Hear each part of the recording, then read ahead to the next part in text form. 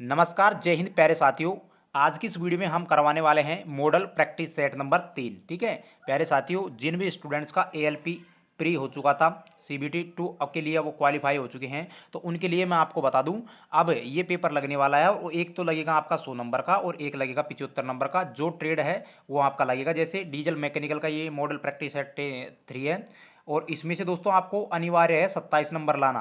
अगर 27 नंबर नहीं लेकर आते हैं तो ये जो 100 का पेपर होगा ना, उससे भी आप डिस्क्वालीफाई हो जाओगे, चाहे इसमें से आपके 100 के से 90 प्लस नंबर आपके बन रहे हो। ठीक है, तो ये ट्रेड टेस्ट है, आपको सभी के लिए अनिवार्य है। डीजल वालों के लिए डीजल का ट्रैक प्रैक्टिस सेट है ये, मैं और इलेक्ट्रिशियन वालों के लिए इलेक्ट्रिशियन का है। तो आज की इस वीडियो में 75 क्वेश्चन रहने वाले हैं फ्रेंड्स, और 75 में से कॉमेंट सेक्शन में आप बताना कितने क्वेश्चन आपके सही हुए हैं। ठीक है, शुरू कर लेते हैं दोस्तों वीडियो को। तो यहाँ पर शुरू करते हैं। M5 टेप द्वारा टेपिंग करने के लिए आप किस साइज का ड्रिल का प्रयोग करोगे?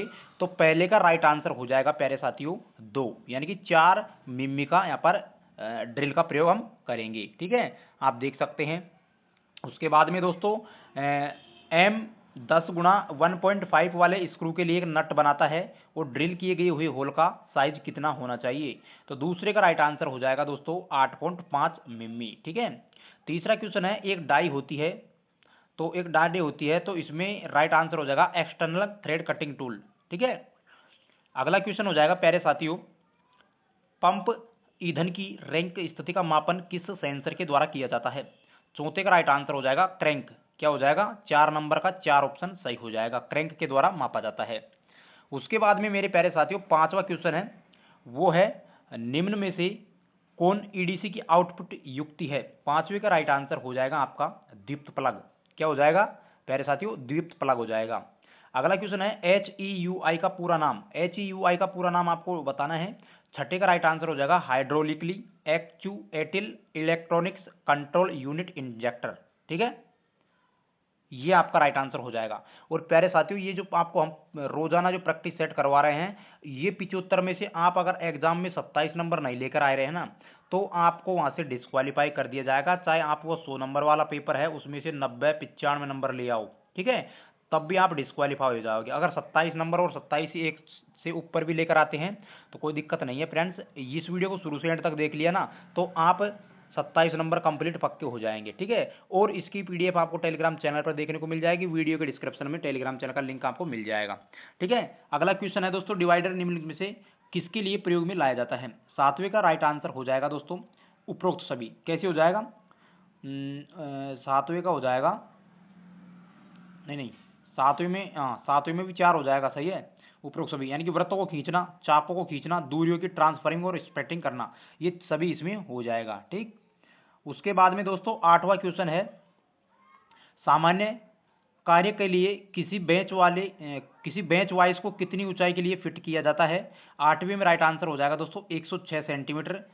यानी कि सामान्य कार्य के लिए जो बेंच वाइज है उसको इस जो 106 सेंटीमीटर ऊंचाई पर फिट किया जाना चाहिए। ठीक है, उसके बाद में प्यारे साथियों नवा क्वेश्चन है, आप देख सकते हैं यहाँ पर आपको चित्र दिया गया है, 1 2 और 3 चित्र दिए गए हैं। इसमें 2 नंबर पे दोस्तों आपको दिया गया है कि 2 नंबर अंकित स्क्राइबर का क्या नाम है? क्या है इसका नाम? आपसे पूछा गया है, तो इसका आपको यहाँ पर चित्र दिया गया है, तो आप इसमें जानते भी होंगे कि क्या नाम है इसका। दोस्तों इसका राइट आंसर हो जाएगा एडजस्टेबल स्लीव स्क्राइबर। क्या हो जाएगा? Adjustable sleeve scriber. ठीक है, 10वां क्वेश्चन हो जाएगा, सीट मेटल कार्य को केवल धातुओं की सीटों पर किया जाता है जो होती है। क्या हो जाएगा इसका राइट आंसर? रोल करके। ठीक है, नेक्स्ट हो जाएगा दोस्तों 11वां क्वेश्चन, निम्न रिवेटों में वह कौन सा रिवेट है जिसमें लंबाई में हेड की लंबाई भी मापी जाती है? 11वें का राइट आंसर हो जाएगा प्यारे साथियों काउंटर सिंक हेड रिवेट। ठीक है, अगला क्वेश्चन है 12वां, 8 मिमी मोटी दो चादरों को काउंटर सिंक हेड रिवेट के द्वारा जोड़ा गया है जिसका व्यास 5.0 मिमी है और दूसरा भी काउंटर सिंक हेड बनाया जाना है, तो रिवेट की लंबाई क्या होगी प्यारे साथियों? तो 12वें का राइट आंसर हो जाएगा दोस्तों 11। ठीक है, 11 हो जाएगा। उसके बाद में अल्टरनेटर के दोनों ब्रुसेस डैश के साथ इलेक्ट्रॉनिक संपर्क में आते हैं, तो इसका 13वें का राइट आंसर हो जाएगा कम्यूटेटर। ठीक है, क्या हो जाएगा? कम्यूटेटर इसका राइट आंसर हो जाएगा दोस्तों। अगला क्वेश्चन है 14, तो 14 का नंबर है, एक वाहन में अल्टरनेटर का कार्य क्या होता है? तो 14वें का राइट आंसर हो जाएगा प्यारे साथियों बैटरी को चार्ज करना। ठीक है, एक अल्टरनेटर को प्राय इंजन की डैश फिट किया जाता है? तो 15वें का राइट आंसर हो जाएगा फ्रंट साइड पर। कहाँ पर किया जाता है? फ्रंट साइड पर किया जाता है। उसके बाद में अगला क्वेश्चन है फ्रेंड्स 16वां, एक इंजन में कुछ भागों पर कार्बन जमा हो जाता है और इस जमे हुई कार्बन को साफ करने की व हटाने की जो प्रक्रिया होती है उसे क्या कहा जाता है? तो दोस्तों डीकार्बोनाइजिंग इसे कहा जाता है। ठीक है, कमेंट सेक्शन में आप कमेंट करके बताना दोस्तों 75 में से आपके कितने क्वेश्चन सही हुए हैं, ईमानदारी से आपको बताना है। और फ्रेंड्स आप इस वीडियो को कहाँ से देख रहे हैं, आपके स्टेट का नाम भी बता देना है। टोटल आपने फॉर्म कहाँ से फिलअप किया है, आपके जोन का यानी कि ALP का, ठीक है, वो भी आपको कमेंट सेक्शन में बता देना है। दोस्तों अगला क्वेश्चन है 17वां, इंजन को संपूर्ण खोलकर प्रत्येक भागों को नियम के अनुसार नाप पर चेक करके अथवा बदलने की जो प्रक्रिया होती है उसे क्या कहते हैं? तो दोस्तों मेजर आवर हालिंग। क्या कहते हैं दोस्तों? उसे कहते हैं मेजर आवर हालिंग। अगला क्वेश्चन है भारत में मोटर वाहन के द्वारा निकले हुए धुएं यानी कि गैस के प्रदूषण स्तर के मानक की गणना का नियंत्रण कौन सी संस्था करती है? तो 18वें का राइट आंसर हो जाएगा भारत स्टेज। क्या हो जाएगा? भारत स्टेज। उसके बाद में दोस्तों 19वां क्वेश्चन की बात कर लेते हैं। तो 19वें क्वेश्चन में स्केवेजिंग के बारे में निम्नलिखित में से कौन सा कथन सही नहीं है? यानी कि एक कथन है वो सही नहीं है और 3 कथन सही दिए गए हैं, तो कौन सा कथन सही नहीं है उसके बारे में बात कर लेते हैं दोस्तों। यह अधिक पावर को विकसित करती है, ये कथन सही नहीं है। और ये जो तीनों दिए गए हैं ये सही हैं। एग्जॉस्ट गैसों को बाहर धकेलती है, इनके इनटेक एयर को एग्जॉस्ट गैसों के साथ मिक्स होने से रोकती है और यह हवा के प्रेशर को वायुमंडलीय प्रेशर से थोड़ा ऊपर बढ़ा देती है। ठीक, उसके बाद में दोस्तों 20वां क्वेश्चन है, एक डीजल इंजन की एग्जॉस्ट प्रणाली संतोषजनक कार्य करती है तो कैसे करती है दोस्तों? 1 और 2 के द्वारा, यानी कि सही टाइमिंग बनाए रखती है और जो सही सीटिंग होती है इन दोनों के द्वारा यहाँ पर हो जाएगा राइट आंसर। ठीक है, उसके बाद में प्यारे साथियों 21वें के क्वेश्चन की बात कर लेते हैं, एग्जॉस्ट हीटर एक्सचेंजर के संबंध में निम्नलिखित में से कौन सा कथन सही नहीं है? 21वें की बात कर लेते हैं तो 21वें में 4 हो जाएगा सही आंसर, फायर ट्यूब और हीट एक्सचेंजर को कम स्थान की आवश्यकता होती है। ठीक है, अगला क्वेश्चन हो जाएगा, चलाते समय इंजन बराबर काम नहीं करता है और कारण क्या है इसका? तो 22वें का राइट आंसर हो जाएगा दोस्तों उपरोक्त सभी। क्यों हो जाएगा? कोई इग्निशन सही समय नहीं पर होना और इग्निशन प्लग बंद हो जाना, कार्बोरेटर ठीक से एडजस्ट नहीं होना। ठीक है, ये सभी इसके हो जाएंगे। अगला क्वेश्चन हो जाएगा प्यारे साथियों 23वां।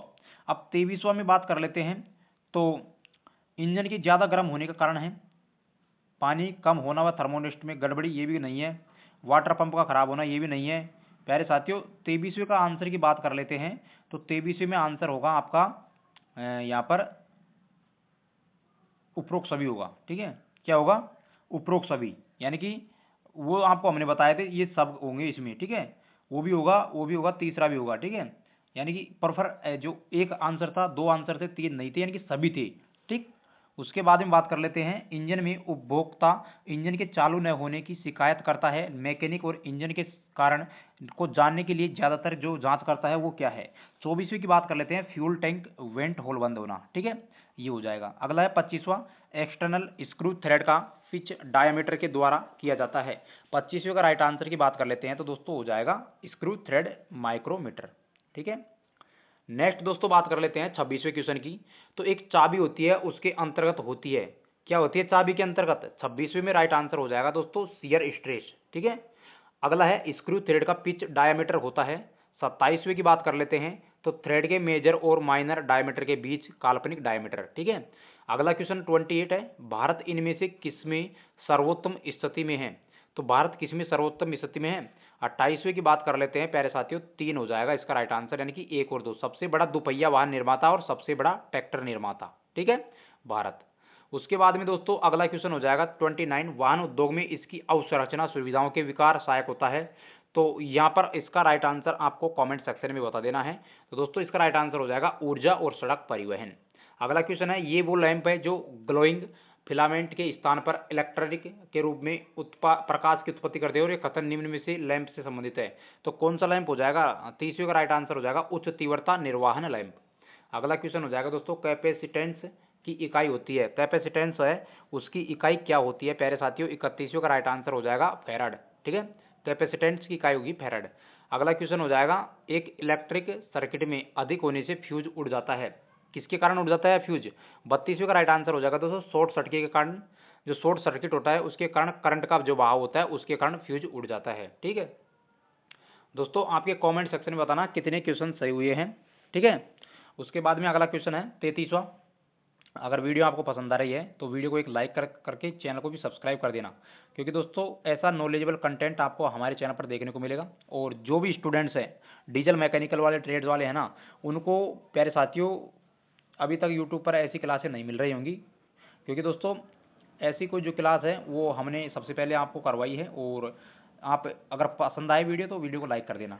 33वां क्वेश्चन है, पीएनपी ट्रांजिस्टर की अपेक्षा एनपीएन ट्रांजिस्टर की वरीयता क्यों दी जाती है? क्यों दी जाती है पीएनपी की अपेक्षा एनपीएन को? क्यों दी जाती है प्यारे साथियों? इसका राइट आंसर होगा क्योंकि इसमें स्विचिंग स्पीड उच्च होती है। क्या होता है?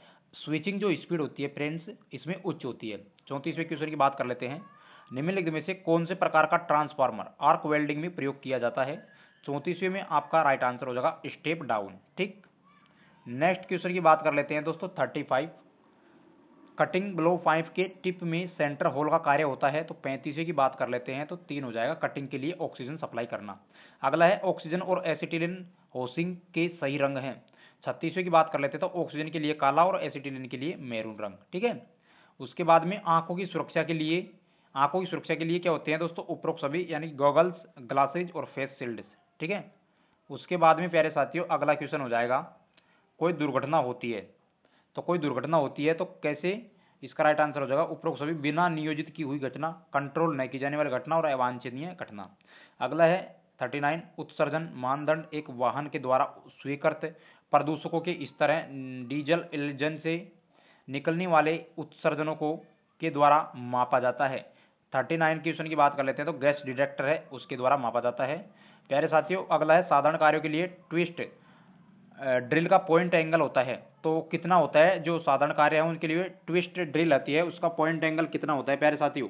40वें का राइट आंसर हो जाएगा 118 डिग्री। ठीक है, अगला क्वेश्चन है, ट्विस्ट ड्रिल का पॉइंट एंगल किस पर निर्भर करता है? ये साथ एक क्वेश्चन बन जाता है।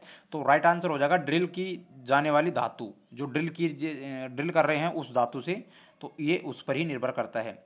ठीक है, उसके बाद में 42वें क्वेश्चन की ओर चलते हैं। तो उससे पहले जो लोग चैनल पर नए हैं तो चैनल को सब्सक्राइब करके बेल आइकन प्रेस कर देना दोस्तों, और वीडियो पसंद आए तो लाइक शेयर सब्सक्राइब जरूर कर देना। 42वें क्वेश्चन की बात कर लेते हैं, फील्ड की दर किस पर निर्भर करती है? तो 42वें की बात कर लेते हैं तो उपरोक्त सभी इसका राइट आंसर हो जाएगा, क्योंकि आवश्यक फिनिश पर, टूल ड्रिल की धातु पर और ड्रिल की जाने वाली धातु पर। ठीक है, उत्पादन किए कंपोनेंट में अधिकतम और न्यूनतम स्वीकृति साइजों के बीच के जो अंतर होते हैं उन्हें क्या कहते हैं प्यारे साथियों? 43वें क्वेश्चन की बात कर लेते हैं तो इसमें हो जाएगा अलाउंस। क्या हो जाएगा? अलाउंस। एक ड्राइंग में दर्शाई गई डायमेंशन 25 ± 0.02 मिमी है, इसकी टॉलरेंस क्या हो जाएगी प्यारे साथियों? टॉलरेंस की बात कर लेते हैं तो 44वें क्वेश्चन की टॉलरेंस हो जाएगी दोस्तों 0.04। क्या है? 0.04 मिमी हो जाएगी। ठीक है, आपको पता भी होगा कैसे निकाली जाती है टॉलरेंस, उसके लिए अलग से वीडियो बना दी जाएगी, कमेंट सेक्शन में बता देना। उसके बाद में दोस्तों आपको क्वेश्चन दिया गया है, एक ड्राइंग में सॉफ्ट की दर्शाई गई डायमेंशन आपको यहाँ पर ये दी गई है, और इसमें से सॉफ्ट का कौन सा साइज टॉलरेंस में नहीं हो सकता है? टॉलरेंस में कौन सा साइज नहीं हो सकता है? तो दोस्तों 45वें का 40.096 में नहीं हो सकता है। ठीक है, ये नहीं हो सकता है। ठीक है, आपको बता दें। और अगला है, हेक्सा ब्लेड की दांतें किस कारण से डल हो जाती हैं? हेक्सा ब्लेड होती है उसकी जो दांतें हैं वो किस प्रकार से डल हो जाती है प्यारे साथियों? वो हो जाती है उपरोक्त सभी, यानी कि हाई स्पीड और प्रेशर, रिटर्न स्ट्रोक के दौरान प्रेशर न हटना, कूलेंट के प्रयोग न करना, इन सभी के कारण हो जाती है। किसी फ्लैट बास्टल फाइल की दोनों साइड पर होते हैं। तो 47 का राइट आंसर हो जाएगा डबल कट दांते। ठीक है, अगला हो जाएगा, सिंगल कट रेती प्रयोग करते हैं। सिंगल कट रेती प्रयोग किसके लिए करते हैं? 48वें में हो जाएगा नर्म धातुओं को रेतने के लिए किया जाता है। अगला है, धातु क्रेक, ब्लो होल व स्लैंग इन इंक्लूजन दोष कौन से टेस्ट से पता लगाते हैं? तो 49वां जो क्वेश्चन है उसमें राइट आंसर होगा चुंबकीय टेस्ट से पता चलाते हैं। 50वें क्वेश्चन की बात कर लेते हैं, निम्नलिखित में से किस टेस्टिंग का प्रयोग यह सतह से सतह के नीचे दोनों दोषों के लिए नहीं किया जाता है? 50वें की बात कर लेते हैं तो डाई पेनिट्रेंट टेस्ट है इसका राइट आंसर हो जाएगा। 51वां है, जब लिक्विड पेनिट्रेंट टेस्ट किया जाता है तो निरीक्षण किए जाने वाले पार्ट्स की सतह होनी चाहिए। तो 51वां क्वेश्चन है उसकी राइट आंसर हो जाएगा प्यारे साथियों तेल, ग्रीस, पानी और अन्य प्रदूषकों से मुक्त। ठीक है, 52वां क्वेश्चन है, एससीआर का पूरा नाम। एससीआर का पूरा नाम हो जाएगा चयनात्मक उत्प्रेरक रिडक्शन। ठीक है, एसआई इंजन में किस दौरान एनओएक्स का उत्सर्जन सबसे कम होगा? 53वें क्वेश्चन की बात कर लेते हैं प्यारे साथियों, सामान्य गति के दौरान कम होगा। उसके बाद में मेरे प्यारे साथियों 54वां क्वेश्चन है, hydrocarbon, carbon monoxide, nitrogen oxide इत्यादि खतरनाक निकलने वाले गैसों को इंटेल कंबेंशन इंजन के द्वारा कम खतरनाक तत्वों जैसे H2O पानी और CO2 कार्बन डाइऑक्साइड और N2 नाइट्रोजन को किसके द्वारा बदला जा सकता है? 54वें का राइट आंसर हो जाएगा 3-वे कैटेलिटिक कन्वर्टर के द्वारा। अगला है इंजन कूलिंग प्रणाली के रेडिएटर का सिद्धांत होता है। तो 55वें में राइट आंसर हो जाएगा गर्म पानी को अधिक क्षेत्र में फैलाना। ठीक है। उसके बाद में प्यारे साथियों एक इंजन कूलिंग प्रणाली में थर्मोस्टेट का कार्य क्या होता है? 56वें का राइट आंसर हो जाएगा दोस्तों एक इंजन की शीघ्रता से गर्म कर देता है, यानी कि एक इंजन को शीघ्रता से गर्म होने देता है। ठीक है। 57वां क्वेश्चन है, रेडिएटर कैप में एक बड़ा स्प्रिंग लोडेड वाल्व लगाया जाता है, इसका उद्देश्य क्या है? 57वें का आंसर है दोस्तों यह प्रणाली को प्रेशराइज करता है और जो कि कूलेंट के बॉइलिंग पॉइंट को बढ़ा देता है। ठीक है। अगला और 58वां क्वेश्चन है, एक फ्यूल्ड के लिए स्टोरेज स्पेस को क्या कहते हैं? तो 58वें का राइट आंसर क्या हो जाएगा? रिजर्वायर। ठीक है। इसका राइट आंसर हो जाएगा 58वें का रिजर्वायर।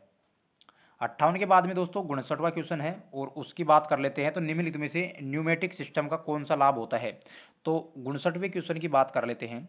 तो इसका राइट आंसर हो जाएगा उपरोक्त सभी। कैसे हो जाएगा? कम खर्च वाली लेआउट के लिए, उत्पादन को बढ़ाने के लिए, कार्य करने के अच्छे वातावरण के लिए। ठीक है।